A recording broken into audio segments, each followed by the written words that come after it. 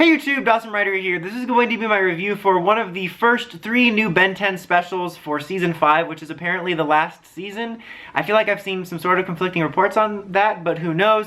But before we get started, I just want to remind you guys to like the video if you enjoyed it, and don't forget to ring the bell so you can get all notifications for my videos, for Toku and Power Rangers news, and of course Ben 10 content. I will be covering new merchandise whenever it comes out, and after this I do actually have some more Ben 10 related videos planned down the pipeline for the next few months, so be sure to subscribe for that.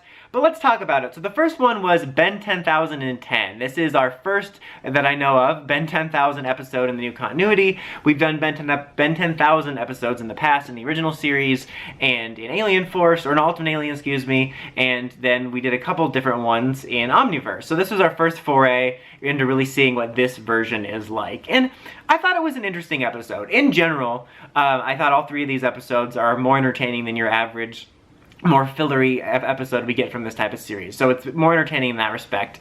But it wasn't as good, I thought, as the previous Ben 10,000 episodes. It's a little bit different, because we start off from the perspective of Gwen, who is president in the future, which I think is a sort of nod or inspiration to what they talked about in the Ultimate Ben universe future, where I think he and Gwen were both president at one point, but she's president, and her staff is basically filled with previous villains because of the crisis they're going through because of Surge.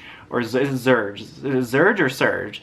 From the drink from the 90s, Surge. And since they're in crisis, she's like working with all these villains. Like Hex is her chief of staff, and her press secretary is Zombozo, and she's like trying to get him not to do evil plans, and she has Steam Smythe working on tech, like a Robotech thing. And it's really interesting how much they've stuck to Gwen not having magic even in the future in this universe.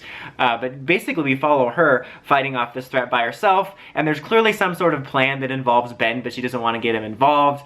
And we see Kevin 11 in the future, who's Humongoraptor, but he's like trapped in that form just for the convenience of they need Ben.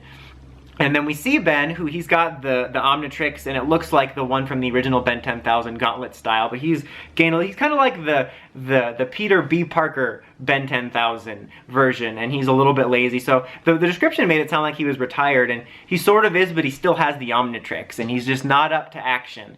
And he winds up getting involved, and then discovers that there was a plan to recruit young 10-year-old Ben. So it's kind of like, it almost feels like a loose adaptation of the plot of the original Ben 10,000, where I think it was Gwen that came to get 10-year-old Ben to inspire Ben 10,000, but in the original version it was because Ben 10,000 had become too hardcore and she needed him to remember the fun.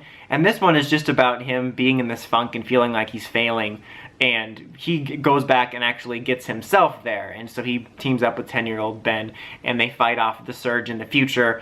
And we get a couple looks at some of his future aliens. I think we get Spider Monkey. It was really weird at first, because when he started transforming, it just showed 4 blue arms. I'm like, is he gonna have a blue 4 arms? But no, then it was Spider Monkey. And then he got Heat Blast, which actually looks more close to the style. I mean, they're inspired by the design of the original Ben 10,000 with the flaming shoulders, but the style looks closer to the original Ben 10, because I feel like Heat Blast design in this, he's got kind of like a candle head, whereas it's more free-flowing flames in the original series. And I mainly noticed that because I'll maybe talk about it when I get to the review of that, but in the Alien X episode, it shows off the differences between original Ben's Heat Blast style and ours. But anyway, I've talked way too long about Heat Blast design. But then they both gain access to the Surge transformation, because Ben previously discovered it and thought it was useless, but it was only useless because it was on its own, because it's a hive mind thing. So they sort of use it to help each other out and to control pieces of the Surge to fight. And it was kind of interesting. Like, admittedly, of all of the new aliens we've met in previous Ben 10,000 episodes in the other series, Surge was the most boring. But for the concept of the episode, it was actually rather unique. And something I did like about it is the concept of Ben thinking it was useless at the start and then figuring out how it wasn't kind of reminded me of when he first unlocked Cannonbolt in the original series.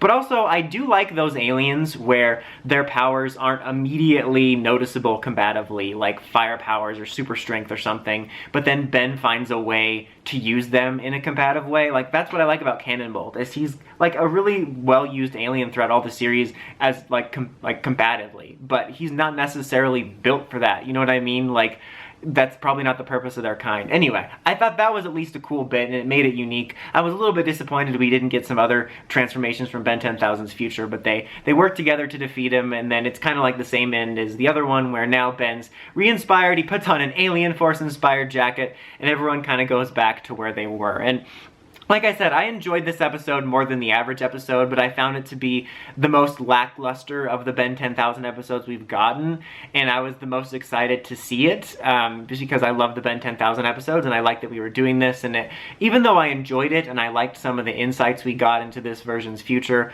I was a little bit disappointed. I would say this episode's maybe about a 3 out of 5 for me. Like I said, I liked it, just not as much as I thought I would. But I will be reviewing the other ones. Next up, I'll review in the Generator Rex crossover, and then the possible series finale, the Alien X All Ben's team up. I'll be reviewing them back to back. But what did you guys think of this episode? Let me know in the comments as always. Until next time, if you like, comment, subscribe, and climb the steps and ring that bell.